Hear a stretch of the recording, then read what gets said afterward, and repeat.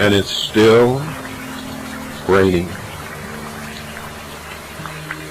I want all of you to do something now. Sit back.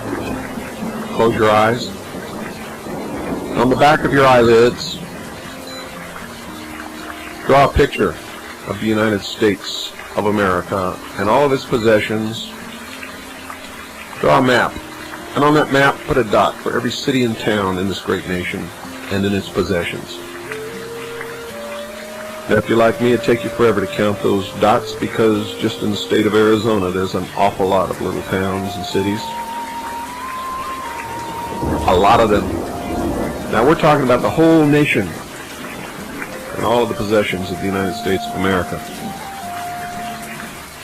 Now, take yourself to the street corner of any town that you want to in this nation, or any of its possessions.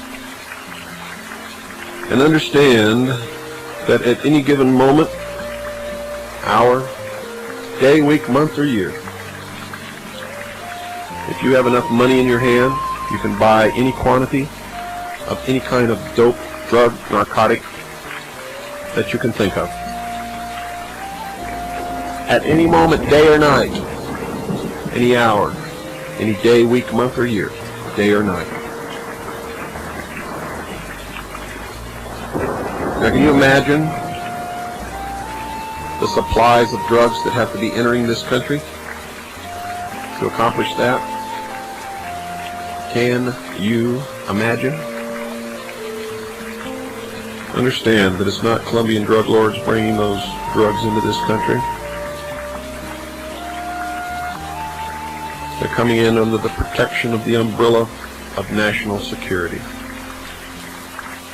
Ladies and gentlemen, it's still raining.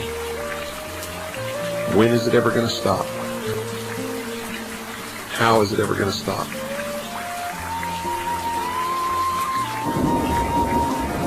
How in the world and who are we going to get to stop the rain? I know from my stint with the Office of Naval Intelligence that George Herbert Walker Bush, when he was the president and CEO of the offshore division of Zapata Oil,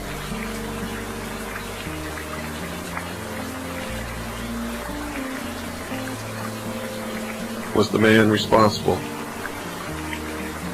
for bringing the drugs into this country. He organized the first large-scale drug smuggling operations from Central and South America that came to the offshore oil platforms, and from there into the beach by the normal crew conveyance, and thus skirted detection by law enforcement or customs officials.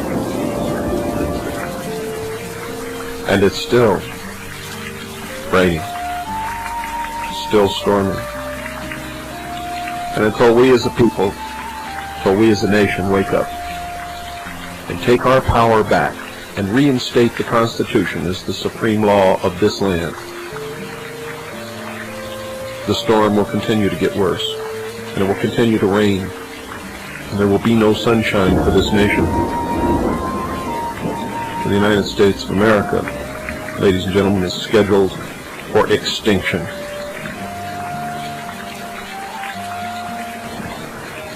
Understand that you will have no rights.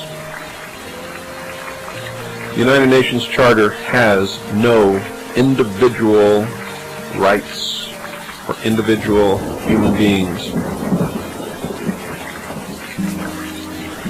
There's no freedom of religion, no freedom of speech, no protection from unreasonable search and seizure.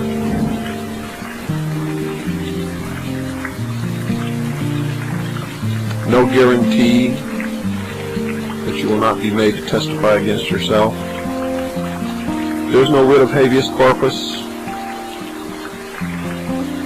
There is no guarantee of just compensation for property confiscated or seized. There is no nothing. No nothing. There are no guarantees of any kind. Are you ready and willing to give up everything that humanity has worked for in the history of this earth? All of man's efforts to be free, to be responsible, to walk in a divine state of grace, responsible upon this earth? Or are you going to give it all away? And for what? And for what?